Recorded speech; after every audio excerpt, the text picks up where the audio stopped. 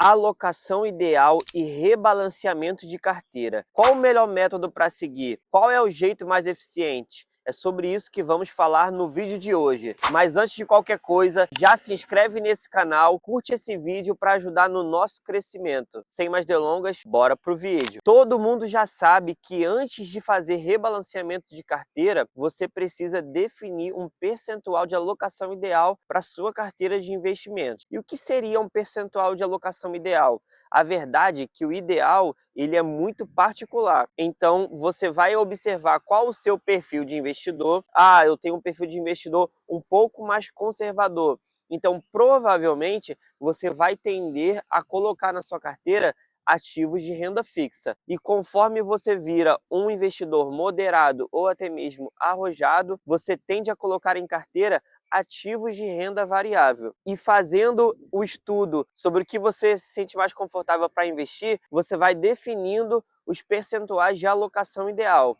Isso aí, inclusive, pode ser tema para outro vídeo, para a gente abordar uma alocação aproximada para quem é mais conservador, uma alocação aproximada para quem é mais moderado e para quem é mais arrojado. Mas o tema desse vídeo mesmo é sobre rebalanceamento de carteira. Então, depois que você definiu o seu percentual de alocação, eu quero ter 50% em renda fixa, ou 50% em renda variável, ou então 70% em renda fixa, 30% em renda variável. Depois que você definiu isso, você vai começar a trabalhar ao longo dos meses e anos o seu rebalanceamento de carteira, sempre se preocupando em deixar a sua carteira mais próxima possível daquilo que você estabeleceu. Por exemplo, a minha carteira de investimentos hoje conta com 35% em ações, 28% em fundos imobiliários, 18% em ativos no exterior, 9% em criptomoedas, 7% em tesouro direto e 3% em renda fixa. Então, se você fizer o somatório, você vai ver que 90% da minha carteira está em renda variável e outros 10% em renda fixa. Então, você pode ver que eu sou categorizado como investidor arrojado. Eu me sinto bem, me sinto confortável em investir em ativos de renda variável que, consequentemente, trazem um maior retorno, porém, um risco maior também. E esmiuçando um pouco mais, dentro dos 7% de tesouro direto, o ativo que eu tenho investido é Tesouro IPCA, que não é bem uma renda fixa assim, né? Ele flutua bastante de acordo com a marcação a mercado. Então, tudo se trata sobre aquilo que você conhece e vai se sentir confortável em colocar em carteira. Essa alocação que eu falei aqui, mas não necessariamente a minha alocação ideal. Conforme o tempo vai passando, eu vou percebendo aonde eu me sinto mais confortável e vou adquirindo mais conhecimento sobre aquilo e aumentando a minha exposição naquele ativo específico. Sempre levando em consideração a minha idade e o tempo que eu vou ter para investir até o meu objetivo final. A tendência é que pessoas mais novas corram mais risco e pessoas um pouco mais velhas corram menos risco. Então, basicamente falando, quanto mais novo você for e tiver conhecimento, o ideal é que você corra mais risco e, portanto, invista em ativos que te trazem mais retorno, como a renda variável, ações, fundos imobiliários e até mesmo criptoativos. Ao passo que, conforme você vai ficando mais velho e o seu patrimônio vai aumentando, ou você começou a investir mais velho e não tem muito tempo para errar, você vai escolher ativos um pouco mais seguros e que, consequentemente, vão te trazer um pouco menos de retorno. Porém, para quem não tem tempo para errar, pode ser que essa seja a solução ideal. Lembrando que, na minha opinião, apesar das ações e fundos imobiliários serem considerados ativos de risco, porque são categorizados como renda variável, eu gosto de afirmar que existem sim ações e fundos imobiliários que são seguros, na minha opinião, principalmente aquelas ações que fazem parte de setores perenes, como ações de bancos, seguradoras, saneamento básico, elétricas e algumas de telecomunicações. Essas ações, apesar de flutuarem a sua cotação no mercado secundário, elas oferecem um ótimo retorno ao longo do tempo e pagamentos de dividendos constantes. Então vale a pena estudar essa categoria de ativos, porque eu tenho certeza que lá dentro você vai encontrar alguma coisa que seja seguro e que não seja tão arriscado como todo mundo diz. Mas passando para o que realmente importa e é o tema desse vídeo, que é rebalanceamento de carteira, eu separei aqui para vocês as duas formas básicas que você tem para rebalancear sua carteira. A primeira forma seria comprando ativos que estão em baixa.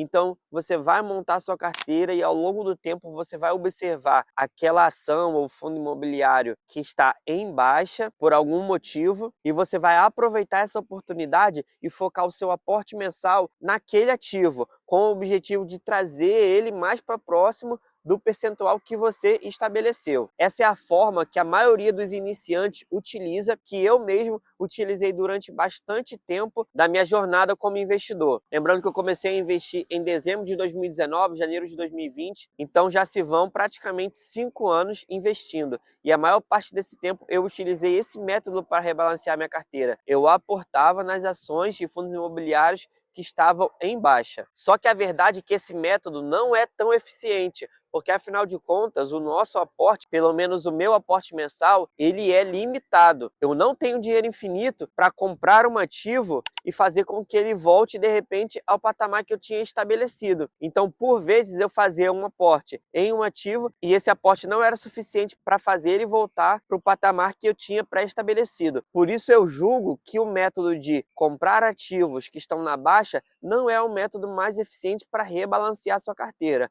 a não ser que você tenha uma capacidade de aporte um pouco acima da média. O segundo método para rebalancear a carteira independe do seu aporte mensal, que é o método de vender uma parte dos ativos que estão em alta. Exemplo, a renda fixa que você pré-estabeleceu, a sua alocação ideal é de 50%. E conforme o tempo foi passando, aquela renda fixa foi valorizando e agora ela compõe 60% do seu patrimônio. O primeiro método era você aportar mensalmente somente em renda variável para fazer essa alocação em renda fixa cair. Só que você pode aliar essas duas estratégias e ao invés de somente aportar em renda variável, você pode vender uma parte dessa renda fixa, fazendo com que ela saia do patamar de 60% e volte para o patamar de 50% de alocação ideal da sua carteira. Dessa forma, você vai conseguir executar aquele ganho e trazer a sua carteira para o patamar que você tinha pré-estabelecido anteriormente. Então, hoje eu vejo que essa é a forma mais ideal de você rebalancear sua carteira. É aliando os dois mundos, aportando nos ativos que estão em baixa e vendendo uma parte dos ativos que estão em alta. Dessa forma, você consegue equilibrar sua carteira e seguir o planejamento de alocação ideal que você estabeleceu. É importante ressaltar que essas vendas e compras de ativo, elas têm que ser feitas principalmente com base no preço teto, sobretudo se estivermos falando de ações e fundos imobiliários. Então, uma vez que você calculou o preço teto daquela ação e daquele fundo imobiliário, você vai saber certinho a hora de vender e a hora de comprar. Se você não sabe calcular preço teto, acompanhe os vídeos aqui desse canal, porque sempre que eu trago vídeos sobre ações e fundos imobiliários específicos, eu deixo o preço teto no final e mostro como que se calcula. Também é importante falar sobre banda de rebalanceamento. Se você não sabe o que é banda de rebalanceamento, fica tranquilo porque é bem simples de entender. Banda de rebalanceamento é o seguinte: você estabeleceu que 50% da sua carteira é renda variável e você está em 52% de alocação em renda variável. Então, na teoria, você não deveria investir mais em renda variável porque você já ultrapassou aquilo que você pré-estabeleceu. Só que o sistema de banda de rebalanceamento, você sempre joga um percentual um pouco a mais e um percentual um pouco a menos do que você estabeleceu como ideal. Exemplo, estabeleceu 50%, você vai jogar 55% de banda máxima e 45% de banda mínima. Então, dessa forma, você consegue ter uma margem para aportar naquela categoria de ativos caso uma oportunidade apareça. Porque imagina aí, você já está no seu percentual de alocação ideal em renda variável e de repente uma ação ou fundo imobiliário aparece como muita oportunidade naquele momento. E aí você vai deixar de aproveitar aquela oportunidade porque você já está no seu percentual de alocação ideal. Então, às vezes, vale a pena desbalancear um pouquinho a carteira, lógico, com um limite, conforme o exemplo que eu estabeleci aqui. O seu percentual é 50%, então você vai botar um limite para cima de 55% e um limite para baixo de 45%. Então, dessa forma, você consegue aproveitar aquelas oportunidades que às vezes aparecem do nada e você não estava esperando. Porque essas oportunidades bem aproveitadas, mais na frente, vão se tornar lucro no seu bolso e rentabilidade positiva para sua carteira. Então, primeiro você define o seu perfil de investidor, depois você vai definir o seu percentual de alocação ideal, depois você vai aplicar esse método para rebalancear, sempre vendendo um pouco dos ativos que estão em alta e comprando um pouco dos ativos que estão em baixa, e também definir um percentual de banda de rebalanceamento, tanto para cima quanto para baixo. Esse vídeo vai ficando por aqui. Me diz aqui no comentário o que você achou desse vídeo. Você concorda com esse sistema de rebalanceamento? Sim ou não? Deixa aqui nos comentários a sua opinião. Lembrando também que eu preparei um e-book te ensinando como investir na Bolsa de Valores, o que você deve fazer antes de investir na Bolsa de Valores. Se você quer ter acesso a esse e-book de forma 100% gratuita, o link vai ser o primeiro aqui na descrição e o link fixado nos comentários. Então já corre lá, baixe seu e-book e faça essa leitura que está sensacional. Já se inscreve nesse canal, deixa o seu like para ajudar a gente a ser recomendado aqui no YouTube, comenta a sua opinião e até a próxima!